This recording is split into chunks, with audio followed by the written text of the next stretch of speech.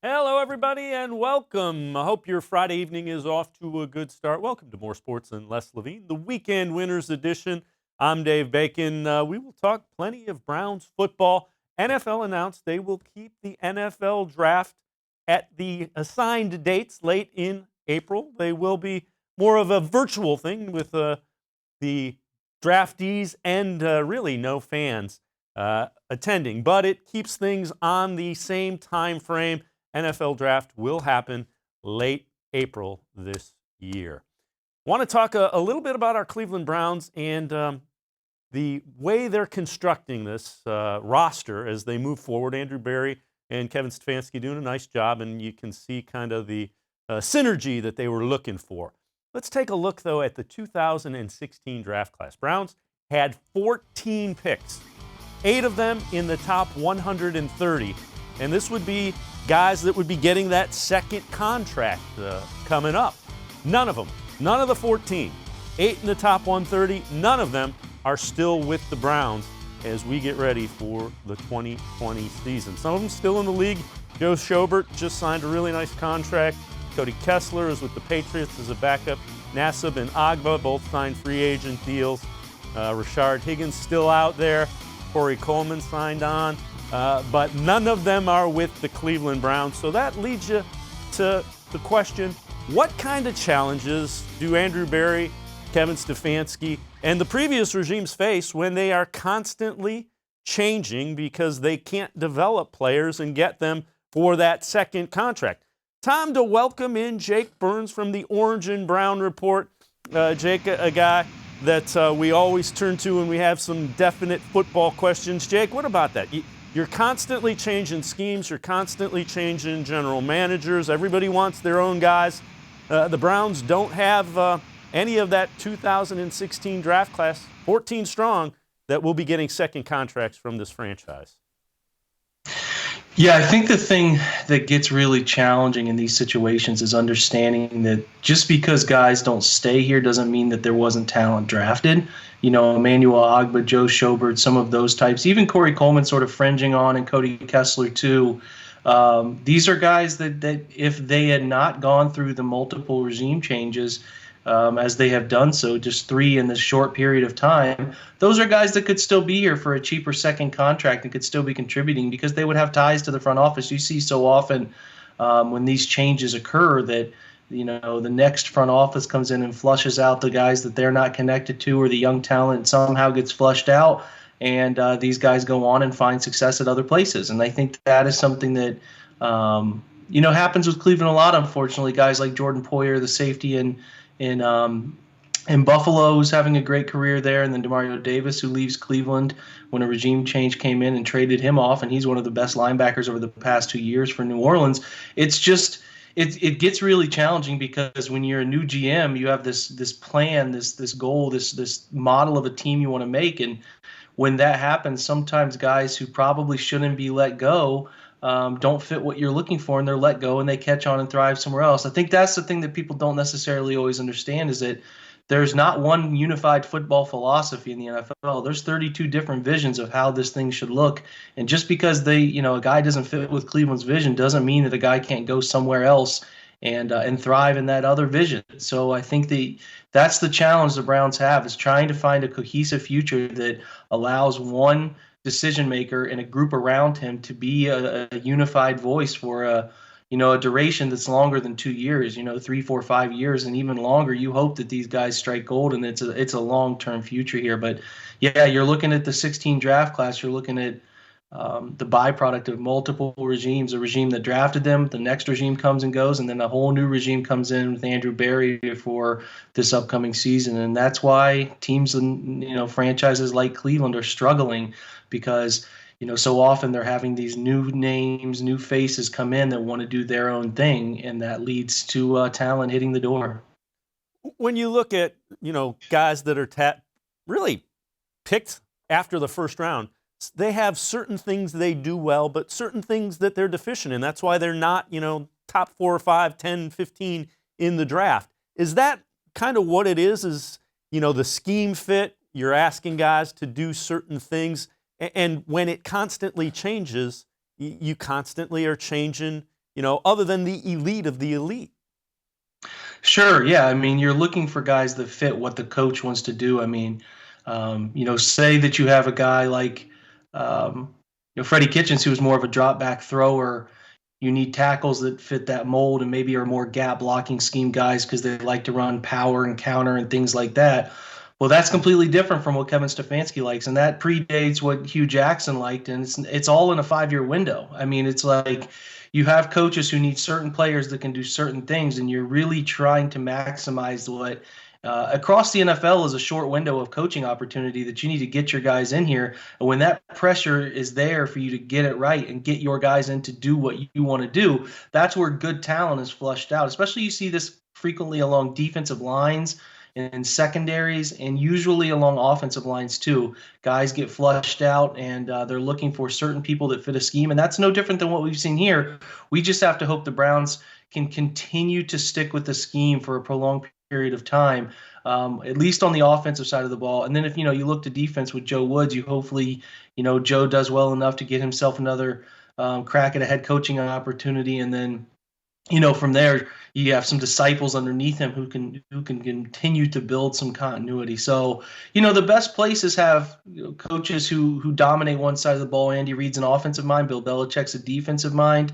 But those guys look to find coordinators who can be there for the long term, whether it's Josh McDaniels or whatever. You got to find some unified vision on that other side of the football that can keep some continuity, because coaches and front offices, they're going to scout based on traits that they like from players. And if you have a continuous turnover, your scouts who are out on the road, those guys who are meeting with college players, they're going to combines and pro days, they don't know what they're looking for. I don't know that Andrew Berry wants me to look for X, Y, and Z when I just got done doing what John Dorsey wanted me to do. So I'm not breaking ground here. I'm not a genius in saying that continuity helps, but there's a lot of ways it helps that I don't think people understand.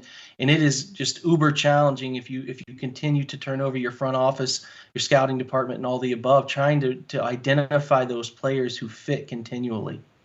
When you look at some of the things that the new regime has done with Andrew Berry and Kevin Stefanski, it seems like you can see a little bit more of the plan and what they're identifying. I think at times, in the past, it's been kind of, maybe it's not as obvious. Maybe it's not been as obvious, but they seem to have identified some things that they like that are fairly, you can see where they're going. Is that accurate, or have you been able to identify that in the past as well? Well, I think there's an agreement between the head coach and the front office about the number side of things and wanting to identify guys that fit within thresholds of ability, athletic testing, and production. I think those things are unified for the first time in a while. I don't think there's a clash between air quotes football guy and those people who like to use numbers to kind of come to some sort of conclusion. And I think that's different. And we should feel good about that they're unified in that approach. Doesn't mean it works out. Doesn't mean that the guys who, the analytic driven approach, if it becomes all encompassing and they lose sight of what football players, the intangibles and all that stuff. No, it's not a guarantee. But as a fan who's heard of, decisiveness between Hugh Jackson and Sashi Brown, then divisiveness, I should say, between Hugh Jackson, John Dorsey, and then Freddie Kitchens and what he was unable to do, and the lack of cohesion from top to bottom. You just want the head coach and his coaching staff to be unified with the GM and the guys who are underneath and working with that GM. I have no reason to believe they're not doing that right now. They seem in lockstep, and when they interview, they say a lot of the same things. So that should leave Browns fans feeling relatively positive at this time. Jake Burns, appreciate it. We're going to step aside, take a quick time out. When we come back on the other side of the break, we'll talk to Jake about some of the new additions and how they fit the scheme, both offensively and defensively. Stick around. Jake Burns from the Orange and Brown Report as we break down how some of the free agent signings fit. More sports and Les Levine, the Weekend Winners Edition. We'll be right back. Stay with us here on cleveland.com.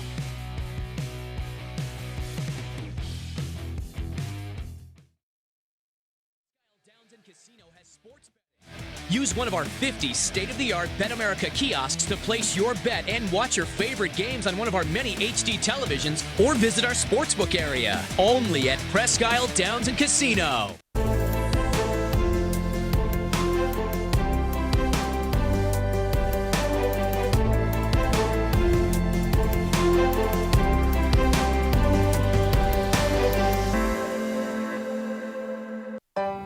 As a kid growing up, my dream was to go to college, play baseball, and get a degree.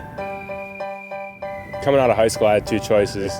I was accepted into a four-year university, but I decided to come to Tri-C after receiving a scholarship. I got my associate's degree at Tri-C. They transferred all my credits straight into Baldwin-Wallace, so I started at Baldwin-Wallace University as a junior. My name is Tyler Leonard, and I earned my first degree at Tri-C.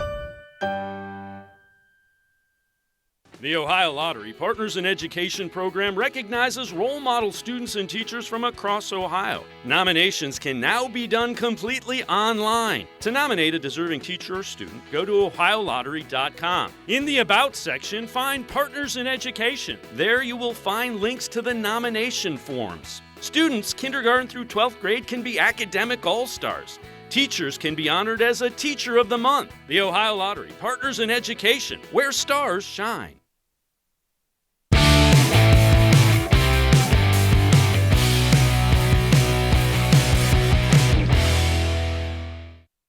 Welcome back to More Sports and Less Levine, the Weekend Winners Edition. I'm Dave Bacon. We will bring back in Jake Burns from the Orange and Brown Report to break down some of the additions the Browns have made during the free agent signing period as they try to revamp the roster and get Kevin Stefanski what he needs to get things going. Let's take a look at some of the offensive signings that they've had. They added Evan Brown, a young center who not really more of a depth piece, doesn't have a ton of experience. Again, let's you see a couple guys on the offensive line, but Brown more of a depth piece. Conklin, he's going to be there at right tackle. Hooper, really good tight end, something that they wanted to get for Baker Mayfield, a guy that is reliable. They get a fullback, they get a backup quarterback in Case Keenum, and they get a kick returner who can be dangerous as well. Let's welcome back in, here's the defensive side of it as well, as you see. Not the big names, more younger guys. The DBs, Johnson and Carl Joseph, first-round picks at their point in time in the teens there, but guys that might be able to do something if you get them in the right system with some new coaching. Let's get Jake Burns back in here. Jake, you're definitely a guy that watches tape of this, an X's and O guy. Which of the signings do you really like? Which seem to fit the scheme as we know what Kevin Stefanski and Joe Woods want to do? Well, I mean, offensively, they're kind of fitting that puzzle together, right? They've got the wide receivers that fit the scheme already, guys who can win on double moves. They have a quarterback who can get out and move and has plus athleticism, can throw on the run, can make those deep shot throws downfield, and they have the running back stable to be able to handle the wide zone scheme too. Obviously, Nick Chubb can thrive in this thing. And then you're just looking at kind of fitting in some other pieces. They needed to add tight end depth. I think they hit a home run with Austin Hooper. I think he's going to be a great inline hand in the ground tight end who can get down the middle of the field, win routes, block well enough in zone schemes, and really be a solid catching tight end. They need a guy they can trust to catch the football at tight end, and he's one of the best catching the football tight ends at this, at the position, and then can get up the field, make plays up the seams, can go as a wide catch radius, top 4 in the last 2 years of catches in contested situations. Great fit. Jack Conklin, great fit. Another guy who really fits wide zone blocking, the second best wide zone blocking grade according to Pro Football Focus in the last 2 years. He'll be effective. Good enough pass blocker. Really nice, again, in play action passing. Does a great job mirroring his man, staying in front of him with live feet. Has some things in true pass sets he could clean up. It's a little lungy at times, and his punch is mistimed, and that leads to some off-balance issues. But for the most part, he'll be fine. I've told a lot of people this has some Mitchell Schwartz when he went to Kansas City. He was obviously very good in Cleveland, then goes to Kansas City and becomes that all-pro. I think Conklin has that same ability. He's coming off an ACL tear late 2017. 2018 kind of comes back early, week 4, labors through a year where he ends the year with a knee issue. Doesn't have to have another surgery, but you could just tell there's something off 2018, and then has Tennessee declines that 5th-year option. He comes back 2019. And has a good year and propels himself in a free agency. And I think he's going to be a really good get for Cleveland over the next 3 years.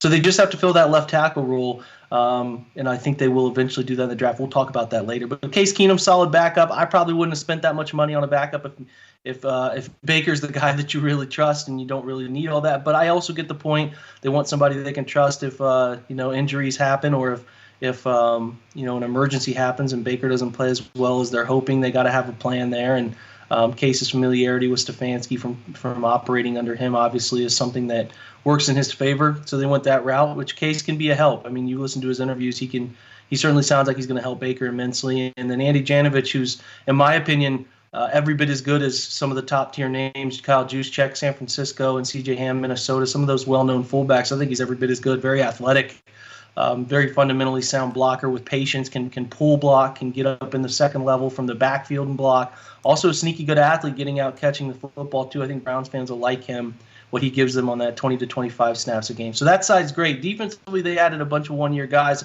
that need to prove some things, guys that should be hungry. I think that's what they were looking for, hungry players on the defensive side of the ball, knowing that, I think you can project long-term success a little bit better on your offensive side with bigger contracts. There's more stability in the production on that side. Defense has a lot more variables that hit certain positions, and things can be up and down year to year, so they invested less on the defensive side. But also with the smart plan in mind, which is some of these guys, Andrew Billings or Carl Joseph or Kevin Johnson, who have clear amount, talent that can truly take off. If those guys do hit gold, you're looking at an opportunity to sign them long term in the middle to late part of the year before anybody else has a crack at them. And then you're also looking at the ability, if those guys have great years, walk away to bigger contracts, to get comp picks back in the third, fourth, fifth rounds, which is great for building a roster over the long haul, is adding those extra picks. So they added guys who I think are hungry to take short-term deals to try to cash in later, but are also talented and seem like team-driven guys who say all the right things. Anderson Dejo will be a nice defensive end in the secondary as well. And I'm excited about the direction. I like that they're looking at guys who have trended positively in grading over the past few years and are really trending upward. And I'm a believer in what they're doing right now. They've sold me. How important do you think it is that they have done those short-term deals, knowing you have potentially Baker Mayfield, Myles Garrett paydays on the front, and that they put some money into Conklin and Hooper, young guys, but they didn't really do a ton of it after the first 2 years when they know they've got the Bills coming with guys that they're certainly going to want to keep? Yeah, they have to iron out who they're going to keep. I mean, like, Myles Garrett feels like a lock. He probably is a lock if he continues to play as well as he's played. I mean, the last year's issue didn't help his case, but he's going to be a cornerstone. You don't know what Denzel Ward's going to do because Denzel is a little injury prone. If he has a great year this year, they'll look at probably locking him up. But, if he has another year where he only plays 8 games, start to question whether he's going to get that big second contract. Same with Baker Mayfield. We think we're going to pay the quarterback someday, but the quarterback's got to continue to prove he's worth the amount of money that he might demand. So there's some mystery in terms of some of these young guys that we've thought, well, we got to pay him. Well, we don't know yet. It's a big make or break year for some of these guys from the 2018 draft class in terms of looking at their long-term future value. And it'll get interesting. It's going to get turned over a little bit. But yeah, I mean, they did a nice job of securing the immediate needs that this roster needed right now, so that they didn't have to draft based on need and could do more best player available. But they also kept an eye open and said, hey, we don't want to bury ourselves, so that when the future comes and if some of these guys hit big like we hope they do, we plan for them to do, we have the money set aside to pay them too. So it's been a pretty sound structure for me so far. The other thing is, it sure seems like they're giving the offense everything it needs to be successful, so they can make a accurate judgment on Baker Mayfield. If you go out and you get that tackle that you think they may get at number 10, you've given them the bookend tackles that you're thinking of. You've given him a tight end. He has the weapons in a running back and wide receiver.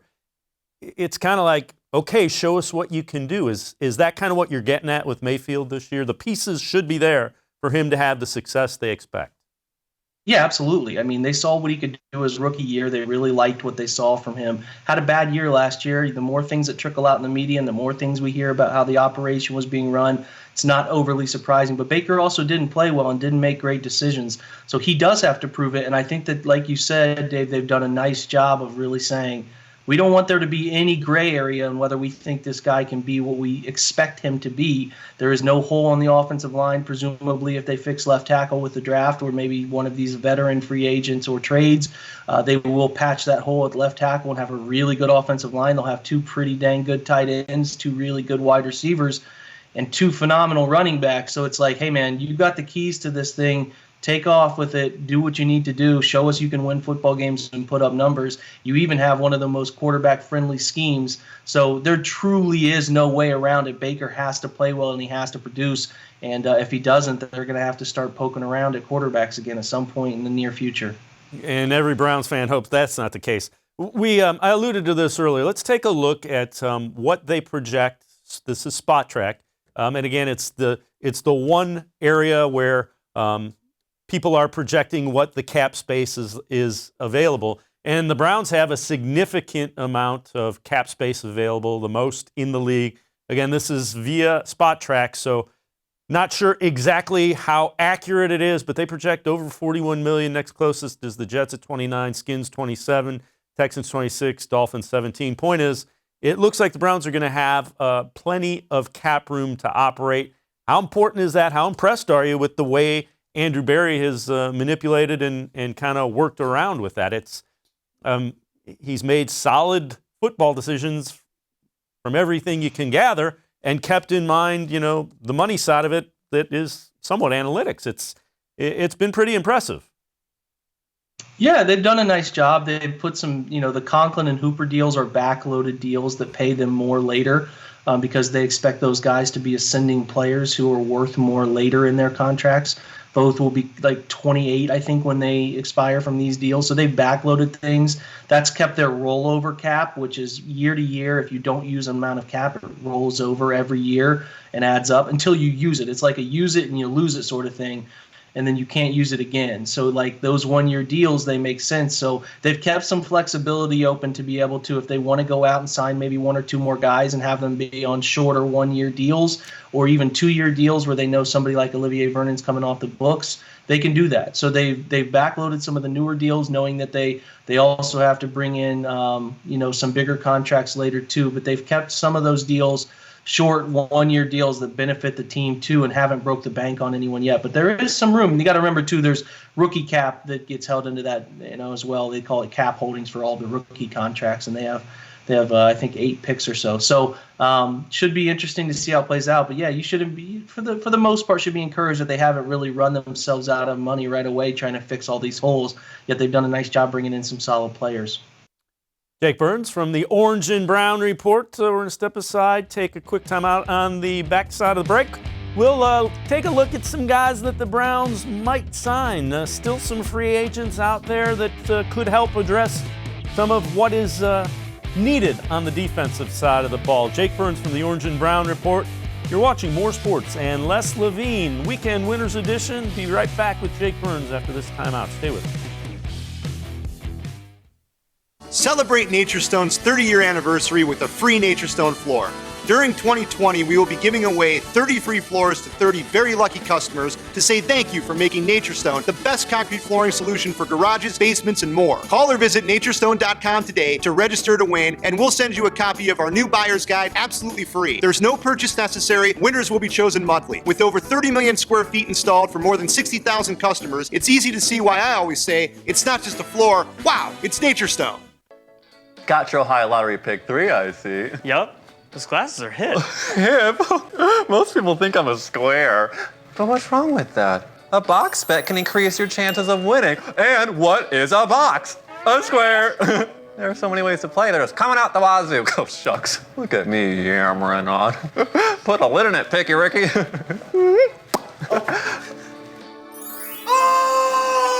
Play the Ohio Lottery Pick 3 today. There are tastes we remember.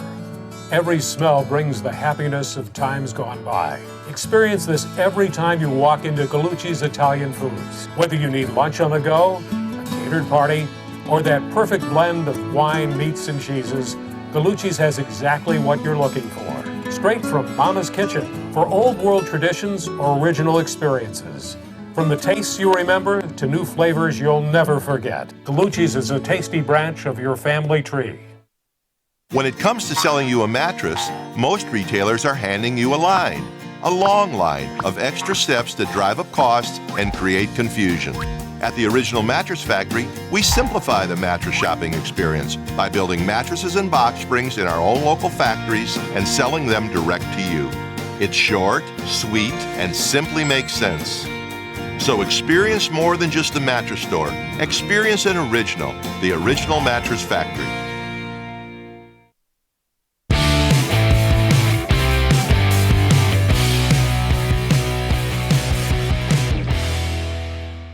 Welcome back to More Sports and Less Levine, the Weekend Winners Edition. I'm Dave Bacon. So we've talked a little bit about the Browns roster makeup, some of the free agents they've signed. Let's welcome back in Jake Burns from the Orange and Brown Report. Jake, still some work to be done on the defensive side of the ball. I don't think anybody would argue that. There are some names that are intriguing. Who do you think some targets may be that you could see the Browns potentially going after? Well, if they want to hit a big home run, they could go after somebody like Jadeveon Clowney or Everson Griffin. Both of those guys are good football players. Everson Griffin, a little older, has got connection to Kevin Stefanski in the Minnesota days, and he could be somebody who is a very strong rusher for a couple years, can be a really tough player against the run. He's very physical, very strong.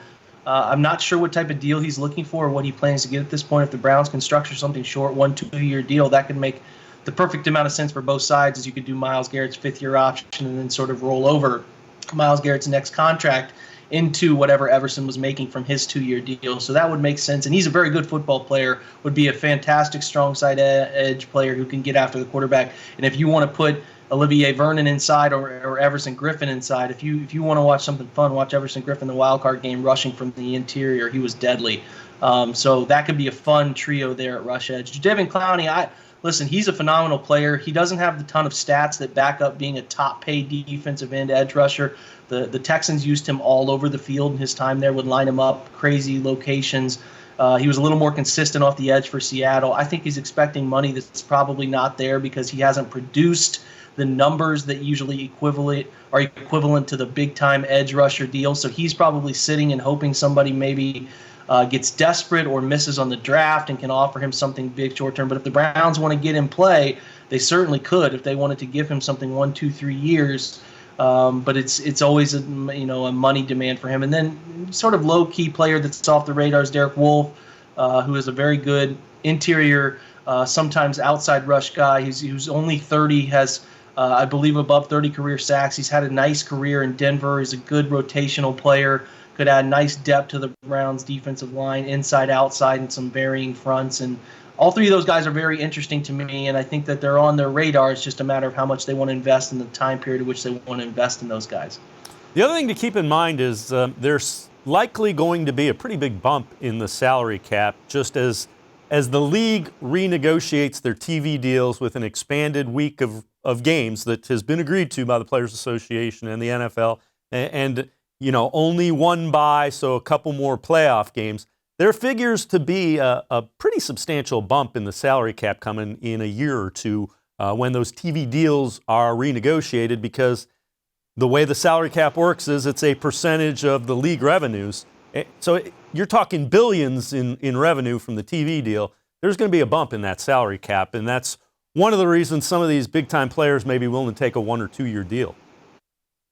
Yeah, I think that's what they've gotten with a lot of these guys, is the ability to work functional deals. And even the 3-year deals they gave to Hooper and Conklin are geared toward, hey, you're 28 in 3 years, the salary cap's going to spike. You could get another big contract going into your 29, 30, 31-year-old deals.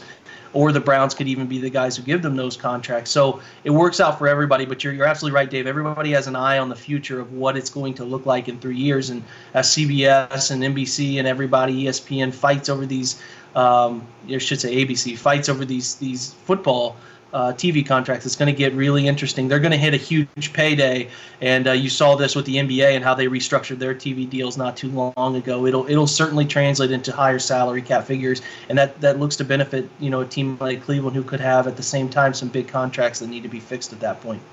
Let me ask you this: how do you view the linebacking situation? That's one that obviously concerns me. You have Mack Wilson, who was up and down last year. There were games where he looked really good and games where he looked like a fifth-round pick. And then you have Taki, who just couldn't quite get on the field.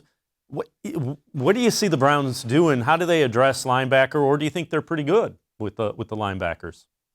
It's tough to tell. They're bringing in a new GM who didn't draft these young linebackers, but Mac Wilson brings experience. He played most of the season. He's got some traits that are positive. He's just too inconsistent with reading and reacting, getting where he needs to. It's too early to tell with Sione Takitaki. He's a physical guy, but is he able to pass cover the way he needs to? Is he able to decipher things in front of him? I don't know. The signing of B.J. Goodson tells me they wanted somebody who can thump on the early downs. He's a very sure tackler, not known as a pass coverage linebacker, but somebody you can put in when you go heavy linebacker groupings and expect a guy who can step in and fill a gap and make a tackle. He's he's got very fluid hips in terms of approaching the line of scrimmage, and I think he could be good for them. But I expect them to maybe add somebody like Nigel Bradham, who's out there, good coverage linebacker you can find for cheap. There are some guys out there they could still look at. Darren Lee is still out there among many others, but there's also the draft, which has nice mid-round linebacker value. The linebacker is like the running back of the defense in terms of value. They don't pay those guys all too much, so I wasn't surprised that an analytical-driven front office let Joe Schobert walk for the money he got from Jacksonville, and especially let Christian Kirksey walk based on his lack of playing over the last 2 years. So they're looking for guys they can get value on. There's certainly some mid-round value linebackers I think that they'll have their eye on, and I expect them to maybe come away with 2 of those guys in the draft. When you look at the scheme that you see Joe Woods typically play, how important is linebacker? What does he like to do with that position grouping? And is there a way to scheme around if you don't have the type of guys that rip open the page with what they do as linebackers? Well, I mean, it's so much is dependent on how well your line plays in front of you. Linebacker play suffers if you have defensive linemen who don't eat up blocks at the first level, especially with just the massive size of linemen at the NFL level, and it can really sort of dictate what people think your value is as a linebacker. I just think you need to pay for pass coverage. I think pass coverage is so paramount, being able to stop the pass, because even if you have a great pass rush, if you can't eliminate the first 3-second throwing options quarterbacks have, you're not going to be able to get home. You pay for pass rush, you pay for coverage above all else, and then you just need serviceable linebackers who can do okay. And I think that's what they're looking at doing. Invest in the pass coverage, invest in the pass rush, and then just have serviceable mid-round young linebackers that they can sort of keep on cheaper deals and get enough out of them. But it's not imperative to have this impeccable linebacker group that is just phenomenal. I mean, everybody would love that, of course, but if you're looking at where you're going to have to budget, I think linebacker will continue to be that position. Jake Burns from the Orange and Brown Report. Stick around. We're going to take a quick time out. On the other side of the break, we'll get some of Jake's insight about the Browns, not only what they might do at number 10, but also who the Browns might be looking at in later rounds. Talk about some linebackers. Jake Burns from the Orange and Brown Report, always great insight. Stick around. We'll talk NFL Draft with Jake Burns coming up on More Sports and Less Levine, Weekend Winners Edition. Stay with us. As a kid growing up, my dream was to go to college, play baseball, and get a degree.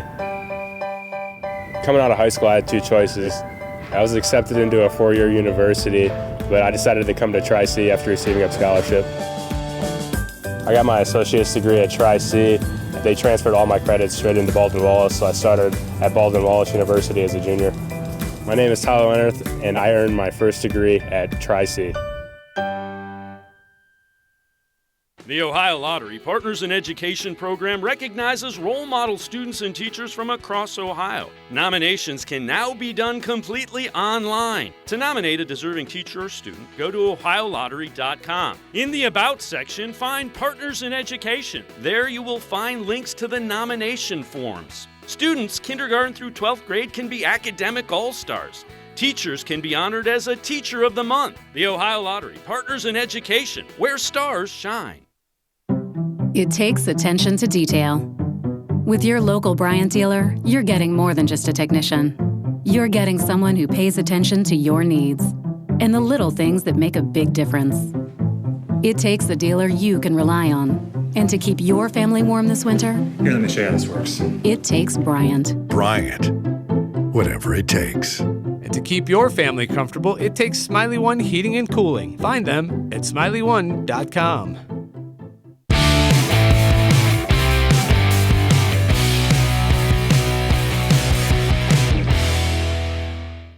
Welcome back to More Sports and Less Levine, the Weekend Winners Edition. We continue to talk Browns roster building with Jake Burns from the Orange and Brown Report. So we're going to move on to the draft. Before we bring Jake back in, let's take a look at some of the most recent mock drafts. Mel Kiper from ESPN earlier this week. The consensus 1 or 2, Joe Burrow number 1, Chase Young number 2 to the Redskins.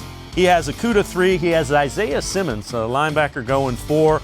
Tua going 5 to the Dolphins, not a surprise. Tristan Wirfs going 8 to the Cardinals. He has the Browns selecting Mekhi Becton, the mammoth offensive lineman from Louisville, at number 10. We look at Charlie Casserly, a former GM, Hall of Famer. He has Okudah going 3, Becton going 4 to the Giants, Tua going 5. He has Simmons coming off the board at 9 to the Jaguars right before the Browns pick. So he has the Browns taking Andrew Thomas, underclassman from Georgia, described as a potential plug-and-play left tackle by a lot of folks, a year younger, as he was a junior. And then take a look at Pete Prisco. We heard from him at the Combine here on More Sports and Less Levine, Weekend Winners Edition. Prisco has Derek Brown going 3. He has Andrew Thomas going 4. Then Tua 5, Herbert 6. Okudah going 7. He has the Jaguars taking Becton at 9. And he has the Browns snapping up one of those big defensive players, perhaps a guy that can play all over the field, Isaiah Simmons, at 10, who would certainly answer a lot of questions on the defensive side of the ball. He has Wirfs going 14 in his mock draft. Let's get Jake Burns back in here from the Orange and Brown Report. Jake, I know you've put a lot of time into watching some of these guys. Who do you like for the Browns at 10? Who do you think maybe fits what they want to do offensively the best? Well, for now, we have to presume that they're going to take a tackle. I mean, we don't. It would be nice to take Isaiah Simmons, but in the situation that they're in, they have such a need at left tackle, and it aligns perfectly with the value of what's best in this draft, which is just a ridiculously loaded offensive line class, especially tackle. And, there are guys there that make a ton of sense to me in terms of Tristan Wirfs from Iowa. I think Andrew Thomas from Georgia makes plenty of sense. You could even talk me into Josh Jones from Houston and Ezra Cleveland if they ended up moving down a little bit. I'm not so sold on Mekhi Becton. I think he's a great player. I think he's an overwhelming presence. But if you look at the sheer type of talent, not talent, but the sheer type of size of guy that Minnesota and some of these other wide zone teams, San Francisco and St. Louis, the LA Rams, who they have drafted, they kind of fit them into this 310 to it's like 300 to 320. They don't take heavier guys because they expect them to run so much laterally in the wide zone scheme so often that they don't want guys who are going to wear down in the fourth quarter. I think Mekhi is a great athlete. I just don't know if they're going to draft a 350, 360-pound tackle and expect to put that burden on him week in and week out to run with that frame as often as they expect. So, I have my eye on Wirfs. I have my eye on Andrew Thomas. I think Jedrick Wills, the kid from Alabama, will be in the mix. But until they don't have a need at left tackle, I'm going to consider them a relative lock, whether it's the 10th pick or trading down a little bit to take one of the tackles that are available. Would you do that even if Isaiah Simmons was on the board? And again, that's up for debate. A lot of people think he'll go, top 5. But say Simmons is there at 10. Are you still locked into let's fix the tackle because it's there? I think so. I think Isaiah Simmons is a great athlete. I'm not sure he's best fit. I don't know where he's best fit. He's best fit. He's like a Jamie Collins light in terms of he's really good as sort of a spy flat defender, but a guy who can really rush the quarterback from different angles. He's got some things on film at safety and linebacker that are encouraging, and his market share in terms of tackles are really good, but there's some change of direction things I don't love that make me feel like he's a slam dunk pick. There are just some things that make me pause a little bit with him in terms of where he's going to play, how he's going to be used to be effectively worth the pick there. And is that pick worth taking a potential franchise left tackle that can play that position for 10-plus years? And I just don't think so, at least not with the status quo being what it is with the Browns roster right now. So, my hunch and what I'm pretty locked into is that they're going to take a tackle at that spot regardless of – unless Chase Young, something crazy happened, or they could consider Jeff Okudah if he slipped to 10 just because you love coverage guys. But, yeah, I think they're pretty locked into the 10th pick with that tackle at this time. Are they more likely to trade up to get a tackle they really like, or trade back to acquire some more assets and get one of the guys that they view as kind of in that range of of being really good potential left tackles. Yeah, I certainly think with this class, they're going to be a trade down candidate more than trade up. They might trade up in the middle rounds to steal, jump up and get somebody they love, but early on when they know they can get great value for that 10th pick, I would not be surprised at all to see them trade down to the 15 to 20 range and be able to snap up that Josh Jones kid, the left tackle from Houston, who makes plenty of sense. There are options in almost every of the first 4 rounds for solid offensive tackles. And even if you trade out of the elite tier of those 4 that everybody considers, Becton, Thomas, Wirfs, and Jedrick Wills, those 4 that everyone considers tier 1, the tier 2 guys are pretty dang good behind them. So they're trade down candidates. And really this front office in general will be a trade down team because they want to accumulate as many picks as they possibly can because ultimately the draft is a crapshoot. There's teams that are better at it than others, but if you look at over the long haul data, it's hit or miss in terms of whether these guys pan out or not. So you really want as many opportunities to pick players as you possibly can. And I think this is a decent chance for the Browns to capitalize on maybe trading back to 15 and getting a chance to have maybe someone like Andrew Thomas still be on the board. So should be fascinating, but I would expect this to be more trade down than anything else. Let me ask you, who do you like later in the rounds? Who do you think the Browns might be targeting after 10 that seems to make sense for them and might fit with what they are looking for? Well, they're certainly going to address safety. I think Antoine Winfield, the kid from Minnesota, is a fascinating prospect. There's Jeremy Chin, who's another small school prospect safety that's fascinating. Kyle Duggar's another small school safety that's really interesting player. Their value is safety. They could even look at Ashton Davis, the California safety, or Xavier McKinney, the Alabama safety there in the second round. I think there are plenty of options to get a value safety. And I think they'll look there. I think they'll look at linebackers like Malik Harrison from Ohio State will be a guy. Logan Wilson, a guy from Wyoming who's graded really well over the past few years. Willie Gay from Mississippi State are value linebackers in the middle that they can pick. Kenneth Murray is another kid from Oklahoma who, if he falls to the first part of the second round, the Browns could be very interested in. Something worth paying attention to. Then, they'll look at slot corners like Amik Robinson from Louisiana Tech. They could look at adding a wide receiver. I think they'd be smart to add a wide receiver at some point because Jarvis and Odell have contracts that expire before too long, and you just like to have a plan. You don't want to rush wide receiver development. It'd be great for them to bring somebody in, maybe a Tyler Johnson from Minnesota who can be a big physical guy who can play big slot when they go 3 receivers when they find the time to do that. So they're going to have to address safety. They're going to have to address interior defensive line. There are a ton of interior defensive linemen. Javon Kinlaw is interesting. Neville Gallimore from Oklahoma. Defensive tackle is a position that, they got Sheldon Richardson's contract's going to expire at the end of – it's 2 years left, but really it's just 1 year because of the value of that third year, and they can get out of that. And then, you're looking at 2 prove-it deals. Larry Ogunjobi's in the last year of his rookie deal, and then Andrew Billings. And then you don't know. You might be completely reshaping that defensive line. So I do think the interior of the defensive line is going to be fascinating to see what they do. Expect them to take one in there. But like I said, a slot corner, something like that, they'll be interested in. A safety they got to attack. They got to attack an offensive tackle, maybe even a second one in this draft, and they will certainly go after a linebacker or 2. So the good thing is it's not a ton of right now needs, but they do want to get players that make an impact in this draft. That was you kind of touched on it. Do you expect them to get a young kind of developmental tackle, maybe mid to late rounds as well, just because the line's pretty thin?